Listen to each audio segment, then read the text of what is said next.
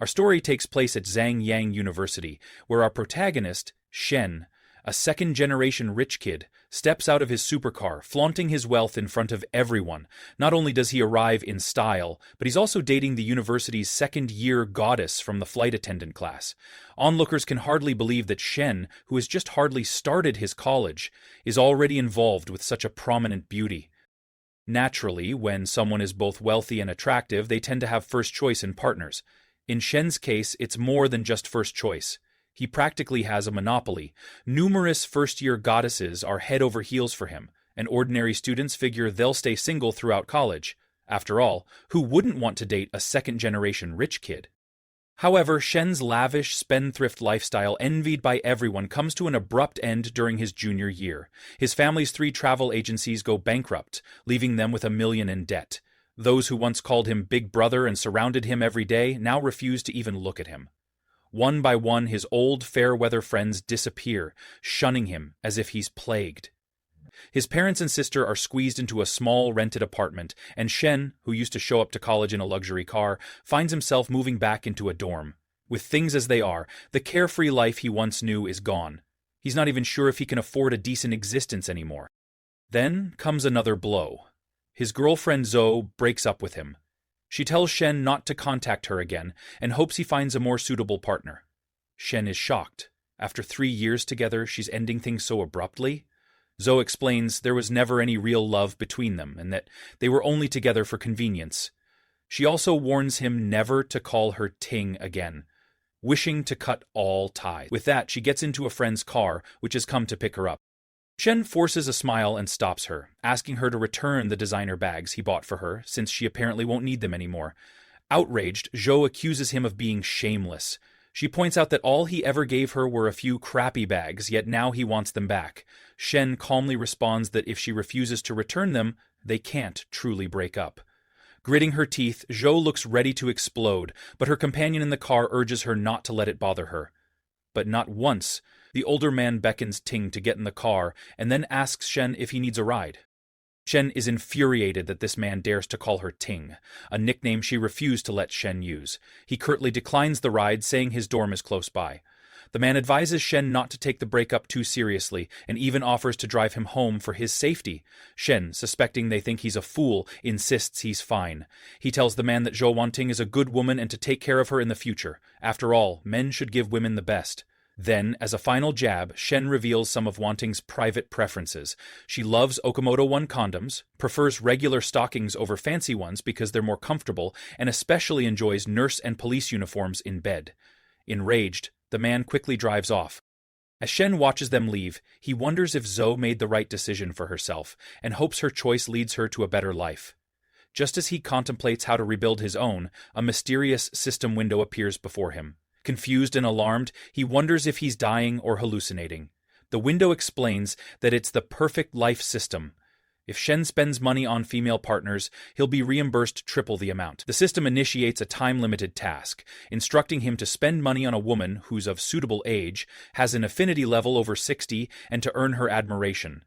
If he succeeds, his expenditures will return to him multiplied by 3, and if her affinity rises by 3 points, his refund will double again. The only requirement is that the money must come from Shen's own savings or cash.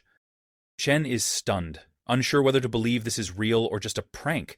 Before he can think further, his teacher, Li Xiao, calls out to him. She's heard about the breakup and tells him not to let it stress him. After all, it's just a breakup. She offers a comforting thought: if it's over, it's over. The next one will be better. Encouraging him that he can find someone far better than Zhou, she notices Shen seems distracted. Shen then realizes he can see numbers, like an affinity level, floating above Professor Li's head, and it dawns on him that the perfect life system might actually be real. Managing an awkward smile, he tells Li Xiao that he's fine. Seeing his improved mood, she mentions the scholarship she had spoken about before and offers to help him, should he be interested.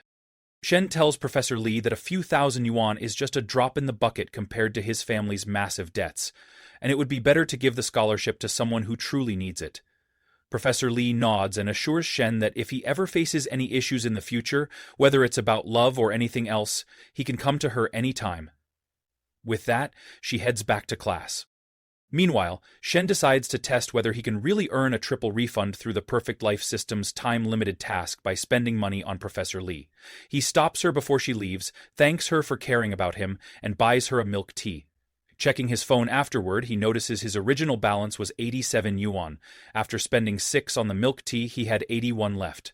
Suddenly, he receives 18 yuan in income, bringing his balance to 99 yuan. This confirms the refund is real. As long as Professor Lee's affinity remains above 60, Shen can keep spending on her and continually receive refunds. Excited by this opportunity, he starts thinking about how to use it to pay off his family's debts. If he plays his cards right, his family might end up even richer than before. However, he only has 99 yuan in actual capital, which isn't enough.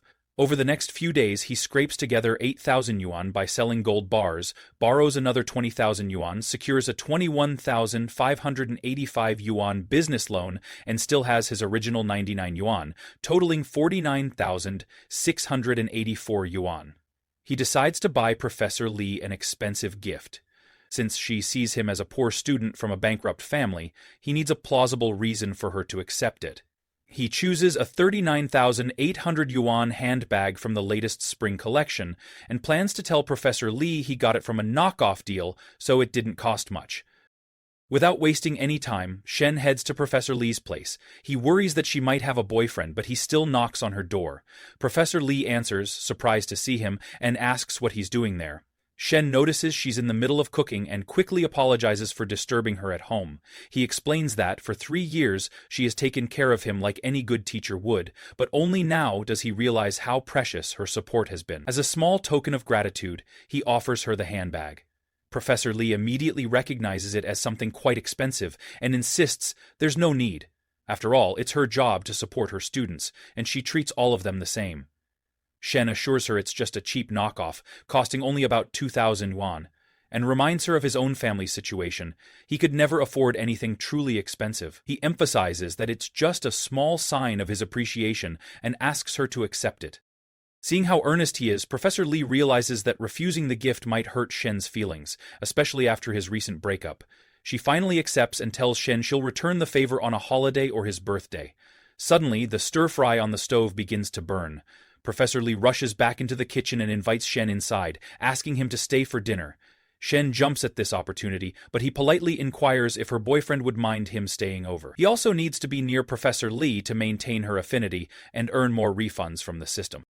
Just then, Shen's phone shows a deposit of 119,400 yuan, his triple refund for the 39,800 yuan bag. Subtracting the cost, he's made nearly 80,000 yuan profit. Although Shen has spent that much money before, earning it on his own feels entirely different. Lost in thought, he's startled when Professor Lee returns to tell him to sit down for dinner. He composes himself and casually asks if her boyfriend will be joining them. Surprised, Professor Lee replies that she doesn't have a boyfriend at all. At that moment, she struggles to remove her kitchen apron. Shen offers to help, but Professor Lee politely insists it's unnecessary. He persists, saying he'll have it fixed in no time, when suddenly Professor Li Xiao's younger sister, Li Meng, appears and shouts, "What are you two doing?" Startled, Shen jumps back and hurriedly explains they weren't doing anything improper. Professor Li smiles and asks her sister why she's home so late, before introducing Shen to Li Meng as one of her students. Shen awkwardly greets Li Meng, but she coldly replies that she's not in the mood to chat.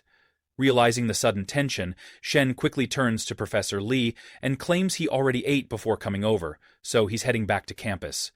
Professor Lee, confused, reminds him he was just about to sit down for dinner a moment ago.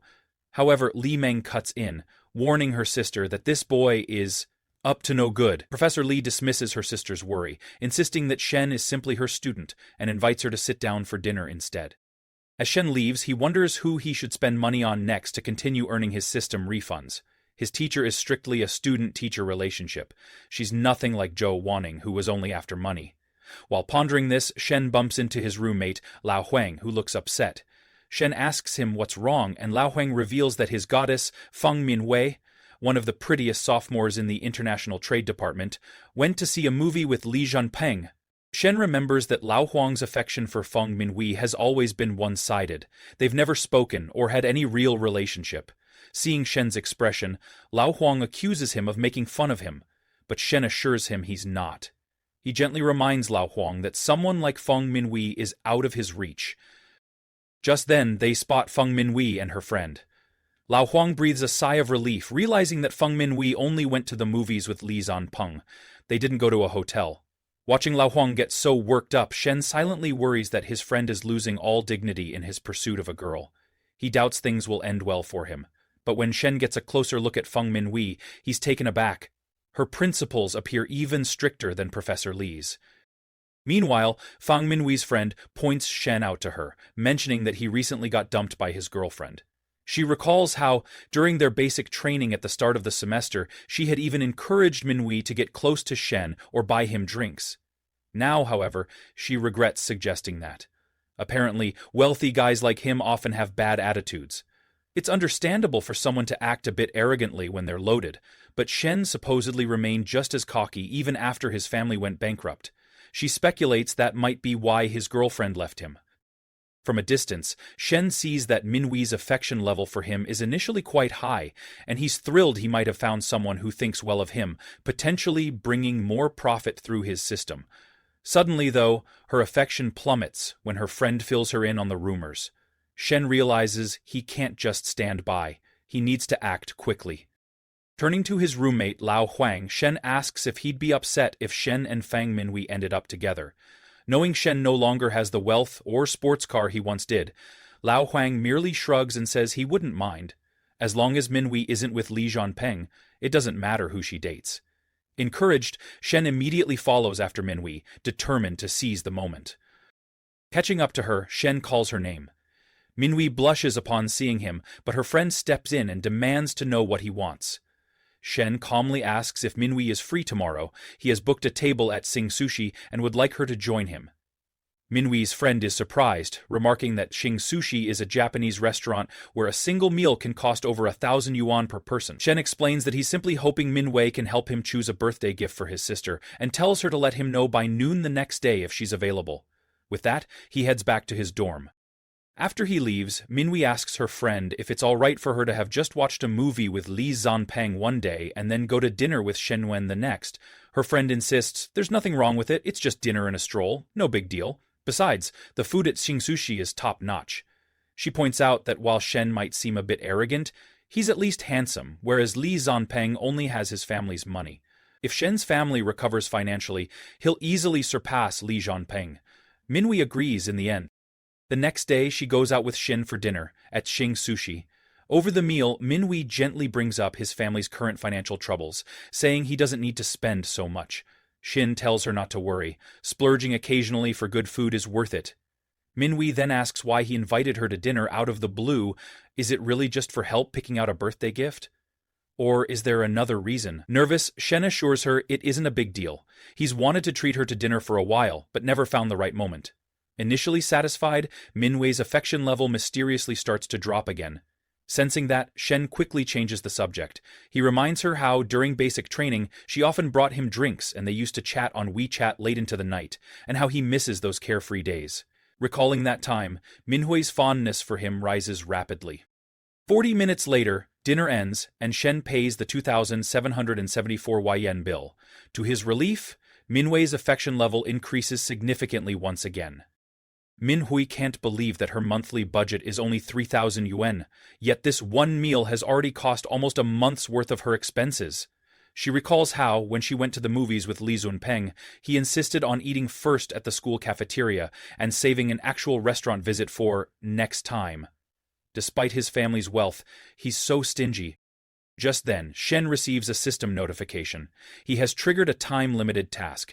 He must spend money on a person of the opposite sex with an affinity level above 60 and win their admiration. If he successfully completes the task, he will be refunded 3 times the amount he spends. Furthermore, for every 3 increase in that person's affinity, the total refund will be doubled. Shen notices Min Hui's affinity level steadily rising, and the thought of earning a quick 10,000 yuan from a single meal excites him. Meanwhile, Minhui feels increasingly happy. The more she looks at Shen, the more she likes him, even if it's partly due to his money. She grabs Shen's hand and urges him to go to the mall to pick out a gift for his sister. A short while later, they arrive at a shopping mall. Shen spots Zhou Wanting and her new boyfriend. Zhou sees him as well, shocked that he's already out with someone else so soon after their breakup.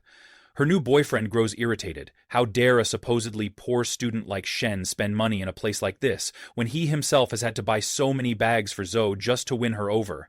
And here Shen is, broke and in debt, yet still attracting women. Seeing Zhou again, Shen initially thinks about avoiding her, but Zhou's boyfriend seizes the chance to ridicule him. He suggests they all go inside, pointing out that window shopping costs nothing. Unfazed, Shen explains he's there to buy a gift for his sister, nothing more. Zhou's boyfriend laughs, telling him to try the wholesale market instead. This mall is surely out of his price range. Zhou then approaches Manhwa, warning her not to be fooled by Shen, who, according to her, is no longer a rich heir, but just a poor student. Shen intervenes, stating that he has never deceived anyone, and that Zhou should stop talking nonsense.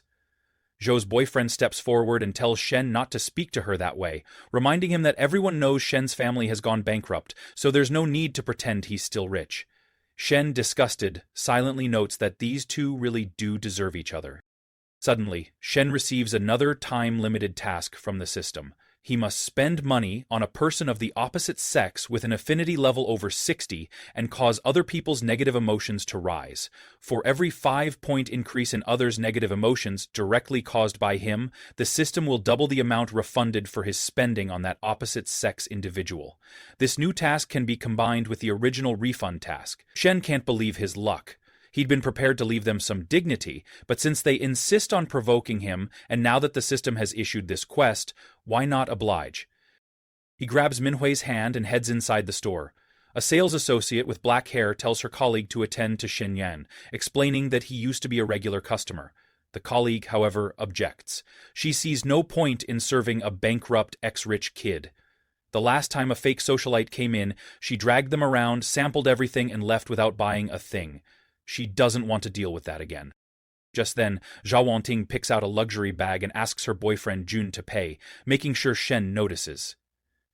The black-haired sales associate immediately attends to Zhou Wanting, while the other associate looks on in frustration. She can't believe all the high-spending customers always go to her colleague, leaving her with the supposedly difficult ones. The first sales associate praises Zhou Wanting's excellent taste. Meanwhile, Shen tells Manhwa not to worry about money and to choose whatever she thinks his sister would like. Manhwa points out a stylish, high-quality bag she's certain his sister will love. However, the sales associate standing nearby warns Shen that the bag and matching accessories cost over 50,000 yuan. A hefty amount for someone whose family is rumored to be bankrupt. On the other side of the store, Jun starts to sweat. He thought a 20,000 yuan bag would be enough for Zhou Wanting, but now she wants a full set worth 100,000 yuan. Zhou whispers in his ear, telling him to pay up. After all, Shen is watching, and she wants Jun to show his strength as her boyfriend. The problem is Jun doesn't have enough on his card. Just then, Shen tells the sales associate he'll take both bags and the accessories the other miss recommended. Zhou Wanting, Jun Manhwa, and the initially skeptical sales associate are all stunned. Nervously, the associate calculates the total and announces it's 131,000 yuan. Shen smiles, remembering he has exactly that amount left after his refund from dinner. He hands over his card and pays in full. The sales associate is thrilled. She never expected broke Mr. Shen to purchase over 130,000 yuan's worth of goods, making a single sale that large. Zhou Wanting, furious, demands to know where Shen got the money. Wasn't he supposed to be bankrupt?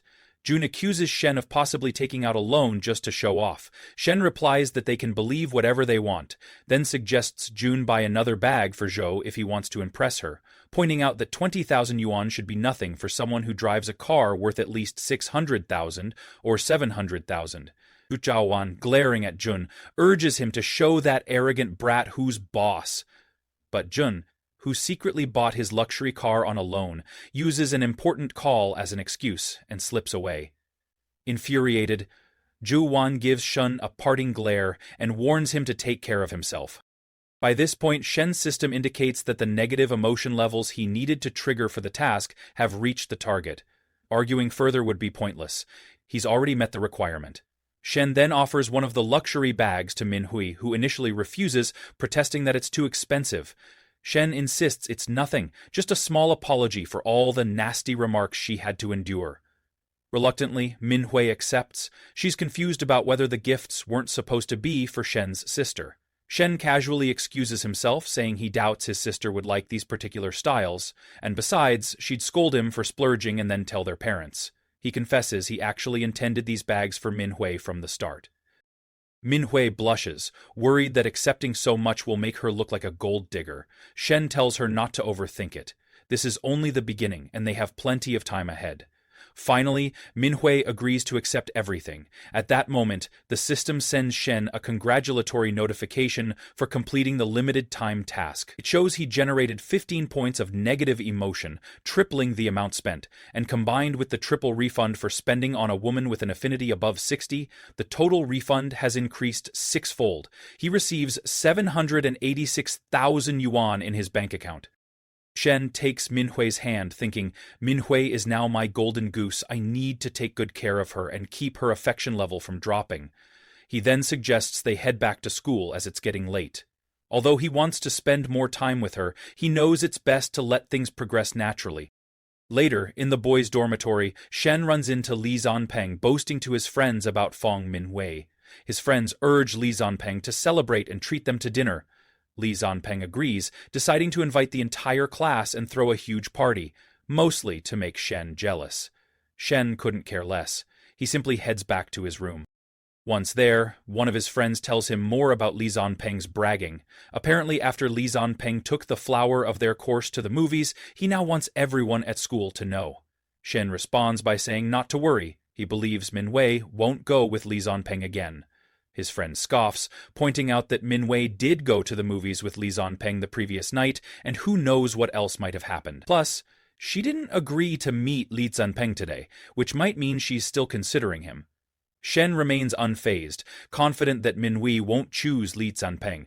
Right now, Shen has more than enough money anyway, so he decides to pay a visit to his home. The next day at Shen Yuan's house, Shen's uncle Yao De drops by to meet with Shen's parents. Shen's father asks his uncle to wait a moment as they talk.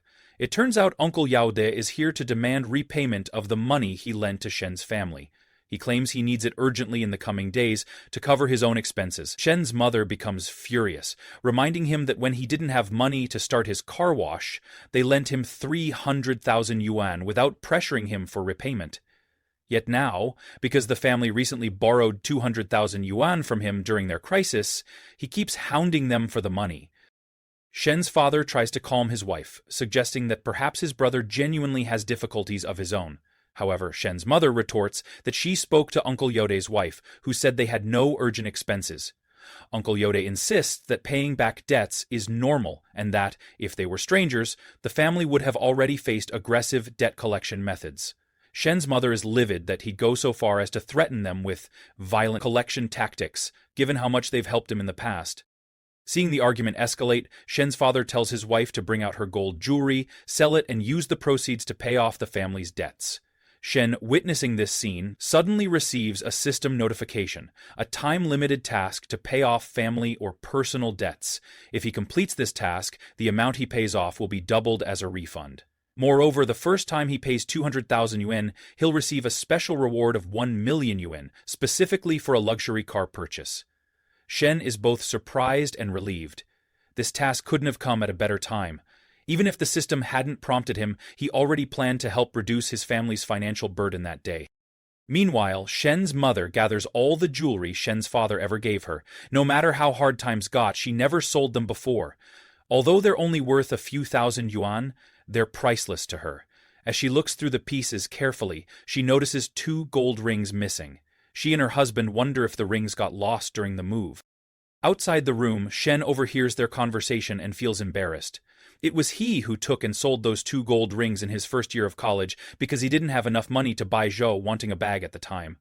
Back then, I was such a jerk, he thinks. He steps inside and tells his parents that he has the money they need.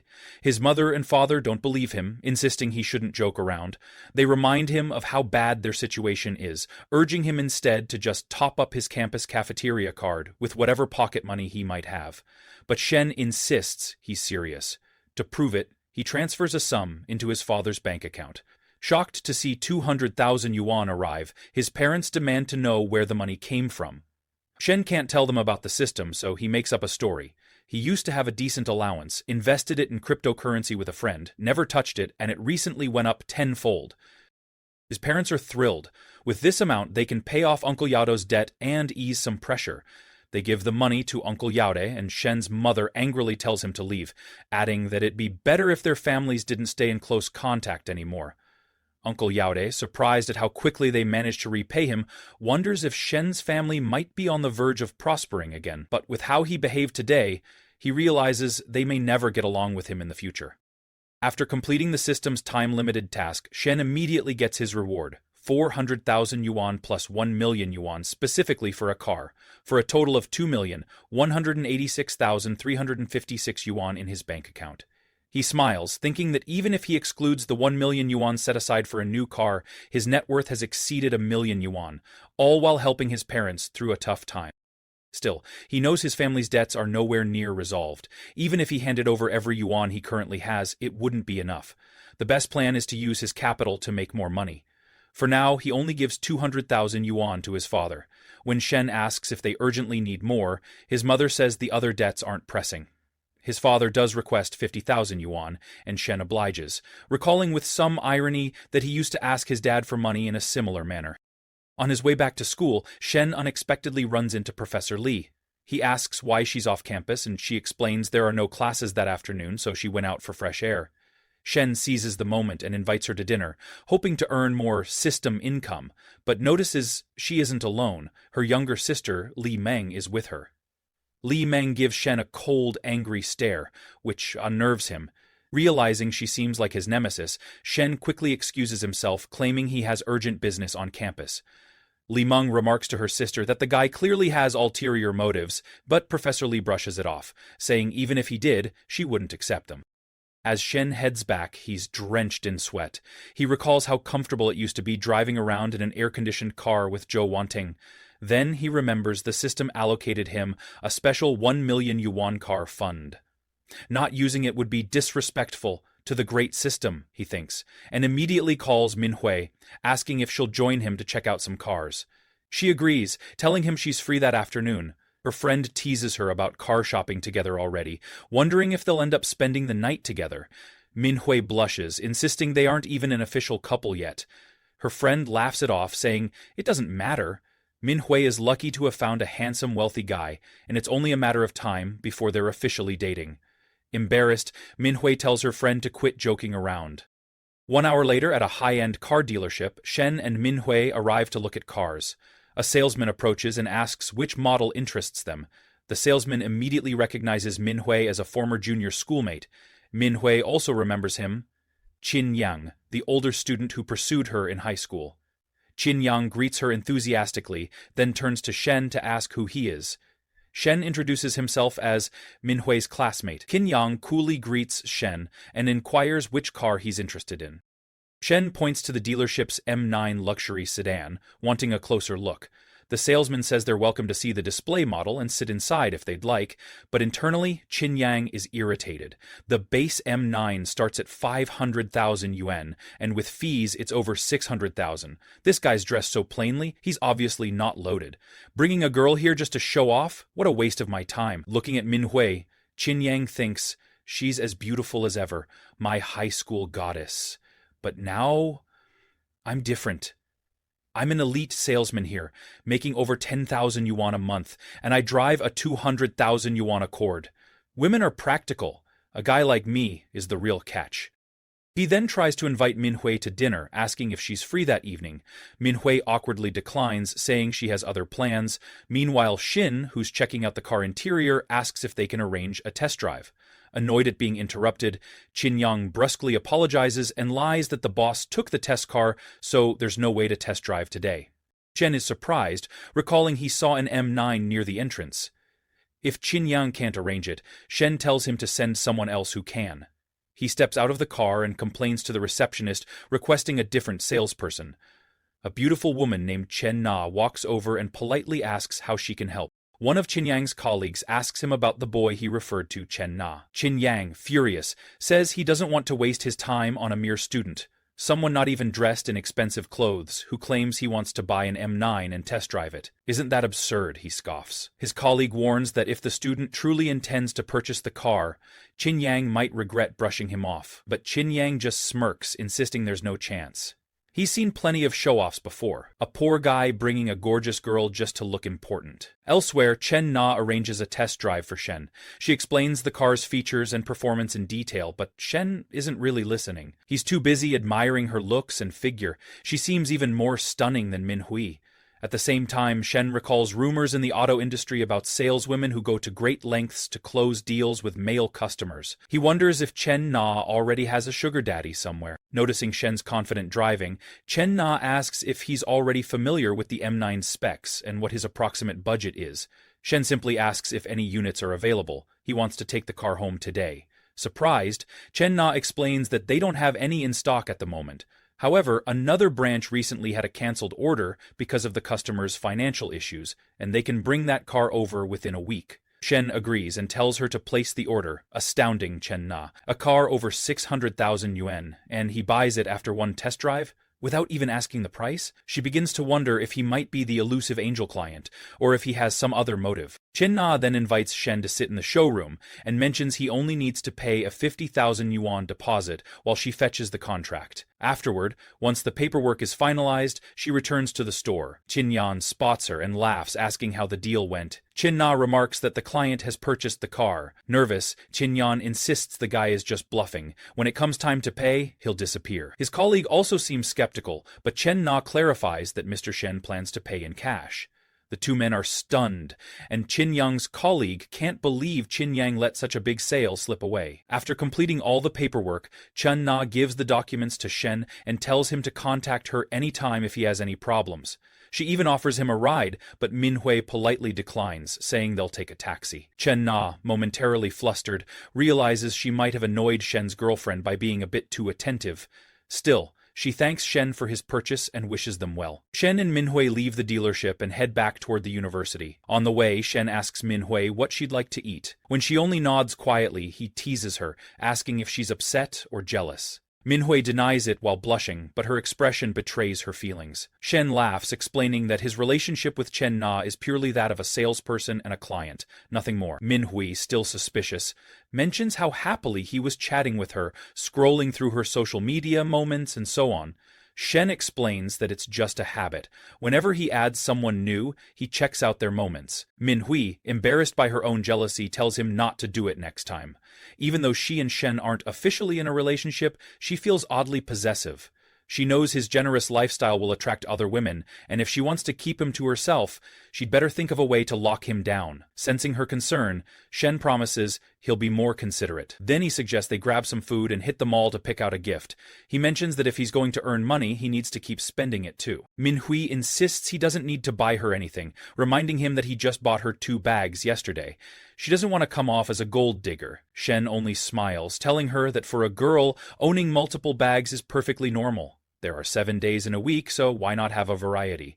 Besides, the more he spends, the more he says he'll earn back, somehow. They decide to stop by a nearby cafe. Shen asks if Manhwa wants a hot or cold drink. Manhwa blushes, wondering if he's indirectly asking about her period. Flustered, she says she wants an iced coffee. Shen, confused by her expression, thinks to himself that her mind is wandering somewhere odd. He also remembers he hasn't spent much money in the past 2 months. Ever since his last encounter with Zhou Wanting, and he's itching to spend more. Then he decides it might be fun to stir up this misunderstanding a bit longer. 3 hours later, after eating and doing some shopping, Shen and Manhwa headed back. Manhwa was overwhelmed by how generous Shen was. In just 2 days, he had spent nearly 140,000 yuan on her. 80,000 yuan of that just today. Meanwhile, Shen received a system notification confirming a deposit of 252,000 yuan at 11:39 a.m. on May 12, bringing his current balance to 2,254,256 yuan. Excited by how quickly he was reimbursed, he remarked that the system's double refund feature was no joke. He had just given his father 50,000 yuan and paid 50,000 yuan for the car deposit, and all of it came back instantly. Although the 2.17 million yuan in his account would eventually be used for the car's remaining balance, even subtracting the nearly 600,000 yuan still left him with more than 1.6 million yuan to spend. He glanced at Minhui and suggested, "How about not going back to your dorm tonight?" Minhui smiled and agreed. Half an hour later, they checked in at the Grand Magnate Hotel. While Shen showered, Minhui felt embarrassed about how she would explain her absence to her roommate Ling Ling. She debated whether to be honest. Should she say she was with Shen Yuan? A moment later, Shen emerged from the shower and asked if she was ready. Feeling guilty, Minhui sent Ling Ling a message, telling her she wouldn't be returning to the dorm that night. If anyone asked, she'd say she went to visit relatives. After that, Shen made a move on Minhui, and before long they were intimately involved. Half an hour later, Minhui thought, "This isn't as scary as Ling Ling warned." Shen was also surprised by how readily Minhui responded. He felt great, but also exhausted, realizing he hadn't exercised in 2 months and was out of shape. Minhui, however, was still in a passionate mood and wanted to go again. Nervous, Shen tried to stall, saying he needed more rest, but Minhui wouldn't take no for an answer. Early the next morning, Shen slipped back into his dorm. The first thing he did was pay off all his loans from various apps. To his surprise, the system also refunded those debt payments. Between loan apps and credit cards, he owed a total of 52,000 yuan. Then there was the 100,000 yuan he owed to Liu Huang. When Shen's family had gone bankrupt, most of his so-called friends disappeared, but without hesitation, Liu Huang had offered him financial help in his time of need. Just then, Shen's roommate asked where he had been the previous night, and mentioned that he should check the class group chat. Apparently, Li Zanpeng was inviting all the classmates to a dinner that evening. The class monitor was helping him organize it to show off the new car Li Zanpeng had bought. Shen's roommate noted that if they went, they'd have to endure Li Zanpeng's bragging. If they didn't, they'd forfeit their 200 yuan class fee. Shen replied that he had no interest in going, calling Li Zanpeng a show-off. Suddenly, the system prompted a time-limited task. The initial task would time-limited task exclusively for investments, which must be used up within 1 week. Reward, all income from any commercial activity will be doubled. Shen smiled, thinking a business task had come at the perfect time. He had been wondering what to do with the money in his account, and he needed a legitimate source of income to prove to his parents he was doing well. He figured he might invest in Li Yuehong's bar, which was under renovation, and have some fun in the process. So he messaged Li Yuehong, asked for the location, and confirmed he would join them that night. Later, in the private Dragon Lounge at the Nanjing restaurant, several of Shen's old friends waited with Li Wuyong. Lin Guangyao asked who else they were expecting, and another man in a black suit and glasses, ex-Baiza, remarked that all the important bros had already arrived. Zhao Jing chimed in, agreeing that important people never arrive late. Smiling, Liu Yuehong told them not to be impatient and pointed to the fruit and snacks on the table, reminding them to help themselves while they waited for Shen Yuan. Lin Guangyao frowned, mentioning Shen's family bankruptcy and questioning why they had invited him, since he was no longer in their circle. With a dismissive wave, Li Yuehong told Lin Guangyao to mind his own business, reminding him that he was footing the bill tonight. No one else had a right to complain.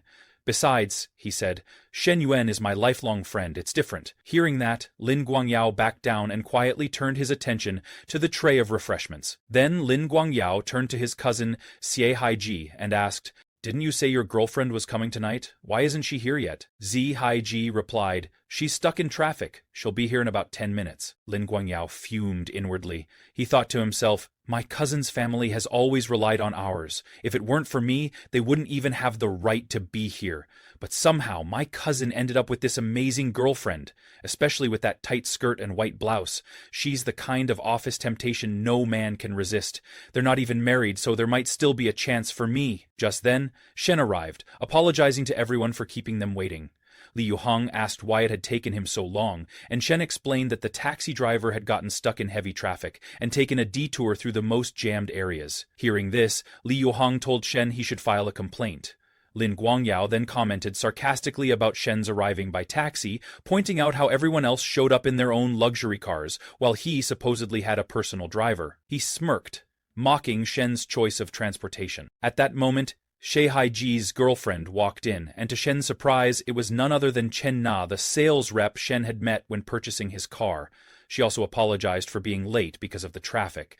Standing up, Xie Haiji introduced her to the group as a sales rep at the Yao Yao dealership, adding that anyone interested in buying a car should contact her. Inwardly, he was quite proud, thinking his girlfriend was also prettier. Chen Na recognized Shen as the customer who had just purchased a car the day before, but since Shen didn't greet her, she pretended it was their first time meeting. 40 minutes later, once everyone had settled in, Li Yuhang announced that he wanted to upgrade the bar he was setting up. Since they were all good friends, he wondered if anyone would be interested in investing with him to grow the business. The estimated cost was 2.4 million yuan, and he was willing to give up 30% of the shares in exchange for about 700,000 yuan in investment.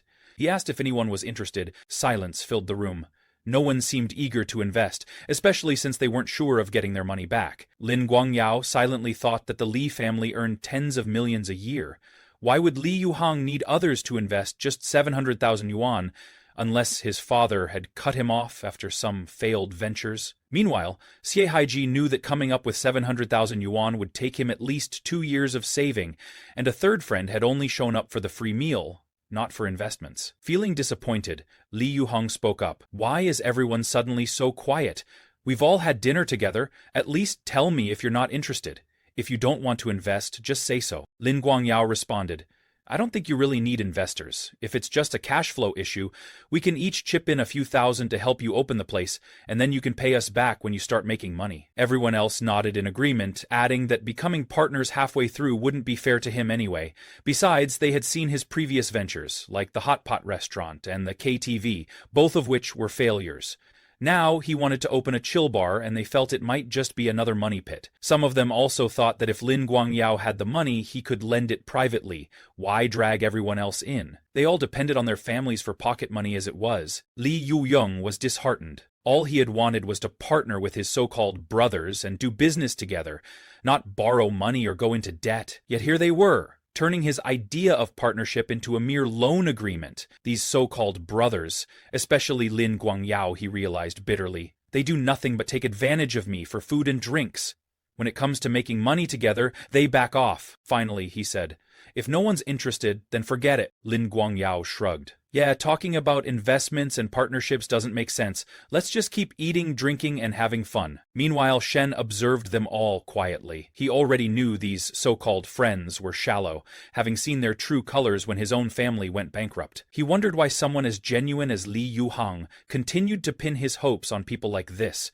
Parasites who lived off their parents' money and refused to help anyone unless it benefited them directly. Li Yuhang, clearly disappointed, told everyone they could do whatever they wanted. He was going home. Just then, Shen spoke up and said to him, if you need 700,000 yuan, I can invest. Everyone was shocked by Shen's offer. Lin Guangyao laughed scornfully and said, don't joke around. We've known you for a while, so we're aware of your family situation. There's no need to show off. One of the others approached Shen and suggested he go to the bathroom, wash his face, and clear his head, insisting that Li Xiao wasn't in the mood for nonsense. Ziki also advised Shen, I'm older than you and I have more experience. You have to act within your means. There's no point talking big. Lin Guangyao chimed in as well. Don't forget how you got here. Someone who arrives by taxi shouldn't be talking about investments. Standing nearby, Chen Na felt confused. Mr. Shen just bought a 600,000 yuan car yesterday? Why is everyone treating him like he's just bluffing? Although she wanted to speak up for Shen, she worried that intervening as an outsider might seem inappropriate. Suddenly, Shen asked Li Weiyang to check his phone. I've already transferred 700,000 yuan to your account, Shen said. Stunned, Li Yuhang opened his banking app. Sure enough, there was a notification stating that 700,000 yuan had been credited to his account. Lin Guangyao saw Li Yuhang's wide-eyed expression and asked what was going on. In response, Li Yuhang showed him the phone. Lin Guangyao's jaw dropped. Shen had really transferred 700,000 yuan. Chen Na, observing from the side, was astonished. How did the situation change so suddenly? One of the other friends, noticing Lin Guangyao's trembling hands, asked him why he looked so shaken. In a shaky voice, Lin Guangyao claimed he had urgent matters at home and had to leave immediately. Hey, what's going on? Xie Haiji asked, still baffled. But Lin Guangyao just told him not to pry, and even suggested he should go home too, claiming their uncle and aunt were looking for him. When Xie Haiji said they hadn't called, Lin Guangyao only grew more frustrated. My cousin can't even understand the gravity of the situation.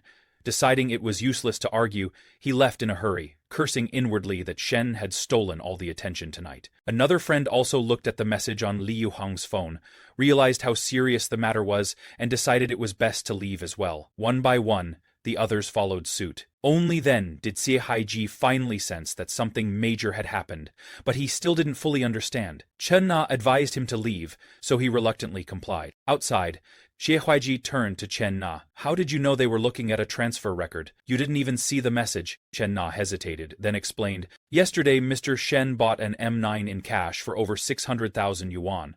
So him investing 700,000 yuan tonight doesn't surprise me at all." Xie Haiji was stunned. "Are you joking?" "I'm serious," Chen Na replied. "I have the purchase contract on my phone as proof." Realizing he might have misjudged the situation, Xie Haiji apologized, but then complained, "If you knew he was rich, you should have told me earlier." Chen Na glared at him. "Today, I realized exactly what kind of person you are. Don't ever contact me again." With that, she stormed off. Meanwhile, back at the table in the bar, Li Yuyang turned to Shen. "If I'd known you were this wealthy, I wouldn't have set up this meeting. It was a total waste of time with those guys." Shen shook his head.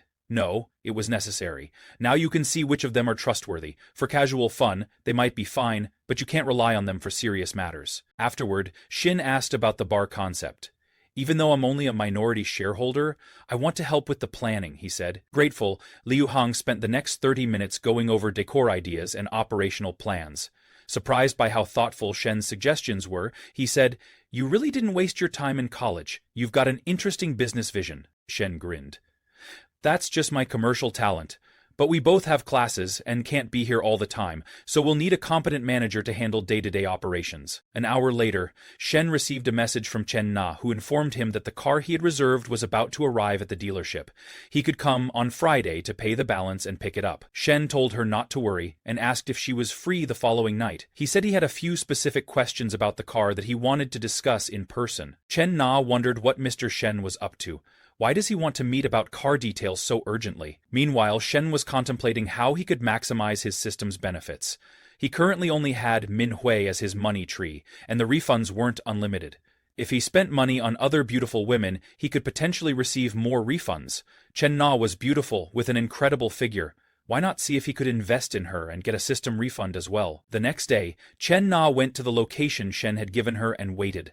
But Shen still hadn't arrived. Suddenly, an older man with a somewhat foolish expression approached her. It was her branch manager, Mr. Zeng, who had a reputation for flirting with her whenever he had the chance.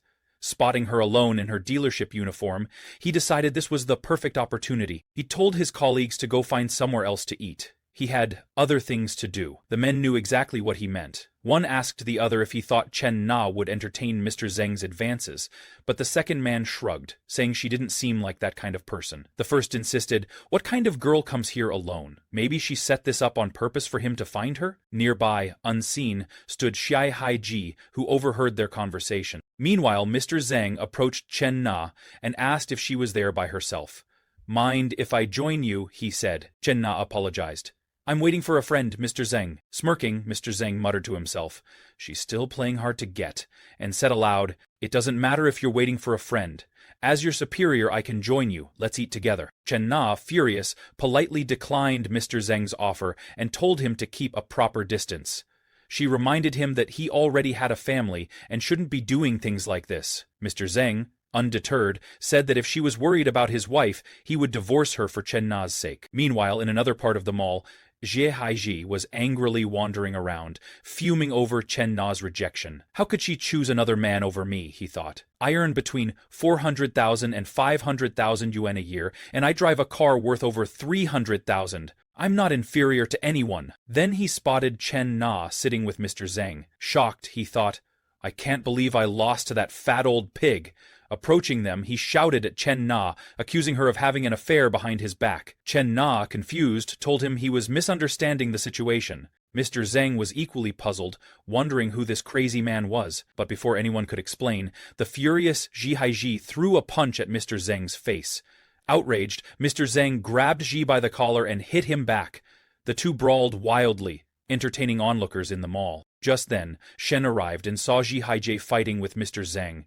He secretly felt relieved, thinking, If it weren't for that fat man taking the brunt of it, I might have been the one lying on the floor right now. Shen took the opportunity to grab Chen Na's hand and quietly lead her away from the scene. While driving, Chen Na confessed to Shen that she had only been with Xie Haiji for 2 weeks. It was at that dinner when she realized his true character. Fortunately, she ended things that same night. Shen agreed that it was good she had discovered his nature early, rather than regretting it later. Chen Na sighed and said the problem wasn't over yet. Mr. Zeng, the one who got hit, was her boss. She had no idea how he would treat her after being attacked for no apparent reason. Shen told her that a boss like that didn't deserve her loyalty and advised her to find a new job. However, Chen Na said it wasn't that easy.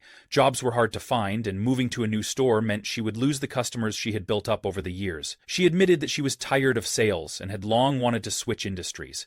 Ideally, she would open a small cafe. If she felt good, she'd open longer. If not, she'd close early. It sounded perfect. But starting a cafe would cost somewhere between 300,000 and 400,000 yuan. And she had no idea when she could save that much. Hearing this, Shen told her that if she really wanted to open a cafe, she shouldn't worry about the money. He was willing to invest. Besides the 700,000 I'd put into Li Yuhang's bar, he thought, I've just gotten 300,000 yuan in exclusive investment funds. Chen Na still wasn't sure if he was serious, so she joked that if he really planned on funding the cafe, she'd quit her job immediately and work for him. Shen, wearing a serious expression, told her to resign tomorrow. He promised to invest 300,000 yuan to open a cafe, and she would manage it for him. Shocked, Chen Na wondered if she had heard him correctly, while Shen felt a surge of excitement at the prospect of cultivating a new money tree. Chen Na was shocked. She asked Shen if he was being serious or just joking with her. Shen smiled and assured her he was completely serious. Don't you want to work for me? Once the cafe is up and running, I'll pay you 12,000 yuan a month plus bonuses. If the cafe does well after 3 months, I'll give you a car worth 200,000 yuan. Chen Na was surprised and found it hard to believe how generous Shen's offer was. No sales pressure, just work for 3 months and get a car, and her annual income would exceed 300,000 yuan. However, a small part of her worried that Shen might have ulterior motives. Perhaps he wanted to keep her around for personal reasons. She told him it wasn't worth going to such lengths just for her. As tempting as his offer sounded, she didn't want to become a caged canary, and certainly not someone's third wheel. Shen smiled and told her not to overthink it. He explained that he planned to open a chain of cafes, and this first one was simply a pilot project. Their relationship, he emphasized, would be strictly that of boss and employee. Nothing more. Chen Na blushed and asked Shen to give her some time to consider. Just then, Shen received a message from Manhwa asking if he was free tonight and suggesting they go out for a cold drink. Shen, slightly surprised by Manhwa's boundless energy, texted back that he would come. He then turned to Chen Na, telling her he had something else to do and would be leaving. He asked her to think it over carefully and let him know once she made up her mind. Later, in room 808 at the Grand Magnate Hotel, Shen walked in to find Manhwa grabbing him from behind, declaring how much she had missed him. Suddenly, she noticed another woman's scent on him. Shen looked around, realizing it could be from riding in Chen Na's car and picking up her perfume. Manhwa pushed him away, demanding to know why he was meeting other women behind her back. Shen pulled her into a hug, insisting there was a misunderstanding, that she was the only one he truly cared for. He explained that the lingering perfume might have come from female sales staff at the car dealership where he'd been handling some paperwork earlier. Those saleswomen wore lots of perfume to attract customers. Manhwa accepted his explanation, but told him that if he ever went out with another woman again, he should let her know first, and that he should also keep his distance from any overly friendly salesgirls. Shen nodded in agreement, though inwardly he knew he couldn't completely stick to one money tree. His system required tasks involved spending money on various women to earn refunds, making it impossible to focus on just one person. With the misunderstanding cleared up, Manhwa told Shen she was going to take a shower and asked him to wait. However, Shen grabbed her from behind and tossed her onto the bed, telling her she didn't need to clean up first. He liked her just the way she was. They kissed and began their exercise. 2 hours later, Manhwa still wasn't satisfied and wanted to continue, but Shen felt exhausted. He told her to wait while he took a shower, complaining that he was sweaty and uncomfortable. One thing Shen realized was that Manhwa had far more energy than Zhou Wanting. While Manhwa seemed happy and energetic, he was completely wiped out. Still, this kind of exercise boosted Minhui's affinity for him significantly. Last time, her affinity went up to 86 in just one night, and this time, after 2 rounds, it hit 90. When Minhui's affinity level reached 90, Shen received a system notification that he had completed an affinity task and was rewarded with a 1 million yuan lottery ticket and a new skill called Ruthless X Power. Shen was surprised, but also elated. With a 1 million yuan lottery ticket, he could explain his sudden windfall more easily and use it to pay off his family's debts. He was even more excited about the skill. With Ruthless X Power, he believed he could completely dominate Minhui in the future. From now on, she would no longer control him, she would be under his control. As Shen activated the skill, he felt a powerful surge of energy coursing through him, his manhood solidified again, and a wave of renewed strength spread throughout his body. The rewards for reaching an affinity level of 90 with the opposite sex are amazing, he thought to himself. It seemed the system provided benefits tailored to his needs. He also realized how difficult it was to reach a level of 90 affinity. Li Zhao had surpassed 60, but matching Minhui's level would be a long journey. As for Chen Na, with her long legs and black stockings, she was also over 60, but he would have to take things one step at a time. He wasn't sure when he'd next see another woman reach 90 affinity, or what new rewards he might earn. But for now, he decided not to worry about it. All that mattered was testing out the power the system had given him. Approaching Minhui, who was still surprised by his sudden resurgence of energy, Shen grinned and said he wanted more exercise before taking a shower. Meanwhile, across town at Chen Na's house, Chen Na was on the phone with her friend Qian Qian. She told Qian Qian that a young man had offered her a total of 300,000 yuan to help open a store, plus the promise of a 200,000 yuan car after 3 months. Does he want to keep me?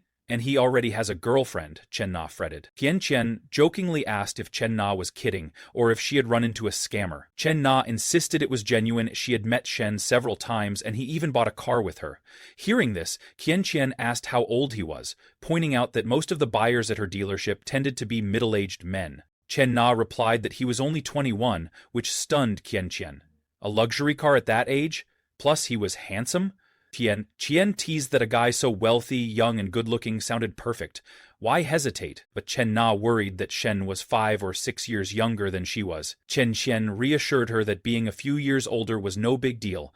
There's a saying that if a woman is 3 years older, it's like hugging a gold bar. In this case, it might be 2 gold bars. Chen Na also reminded her friend that Shen already had a girlfriend. Chen Qian shrugged it off, saying a girlfriend wasn't the same as a wife, and under those circumstances, it didn't matter anyway. When Chen Na continued to protest, Qian Qian jokingly offered to take the little millionaire off her hands if she was too indecisive, adding that she'd break up with her own boyfriend in a heartbeat for such a catch. After ending the call, Chen Na stood by her window, gazing outside and thinking about Shen's offer. She still felt torn, wondering what she should ultimately decide. 40 minutes later, at the Grand Magnate Hotel, Minhui lay there, fully satisfied, telling Shen he was different than before, much stronger. Shen smiled and asked if she was happy. Minhui blushed, reflecting on how they had already exercised twice in just over 40 minutes. Shen leaned in and whispered, suggesting they go for another round if she liked it so much. Flustered, Minhui asked if he really had the stamina. Shen grinned, reminding her that she'd studied dance and inviting her to take the lead this time. Though embarrassed, Minhui agreed and they continued their exercise late into the night. The next day, after Fang Minhui returned to school, Shen was still feeling sleepy. He had no morning classes, and suddenly remembered the lottery ticket he'd received from the system. Checking it against the winning numbers, he was shocked to discover he had won 6.8 million yuan. Overjoyed, he jumped out of bed and rushed to tell his parents the good news. Ever since the family had gone bankrupt, they had been struggling. When he reached home, he called for his mother at the door. She asked why he was shouting, and Shen insisted she bring his father. He had something important to tell them. His father emerged, concerned that Shen might be in trouble. But Shen flashed a wide grin, declaring that their family was now rich.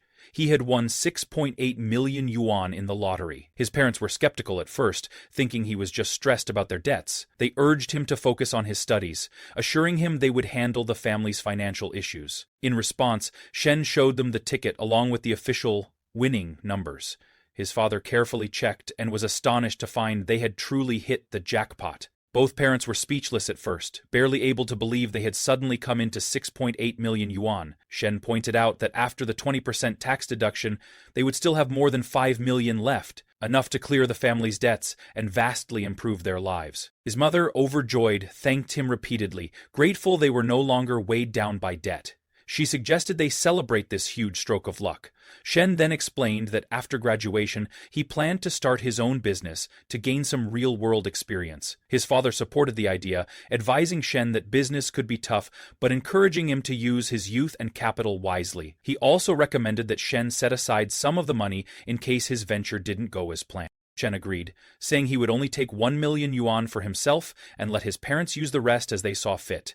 They happily agreed, promising to support him no matter what he decided to do. At Chen Na's workplace, her boss, Mr. Zheng, summoned her to his office, demanding an explanation about the recent incident at the mall. Chen Na explained she had broken up with that man long ago and had nothing to do with him anymore. If he was injured, he should confront the culprit himself. Mr. Zheng refused to accept this, insisting that if it weren't for her, the man wouldn't have attacked him. In truth, he wanted to use the incident as leverage to gain some hold over her.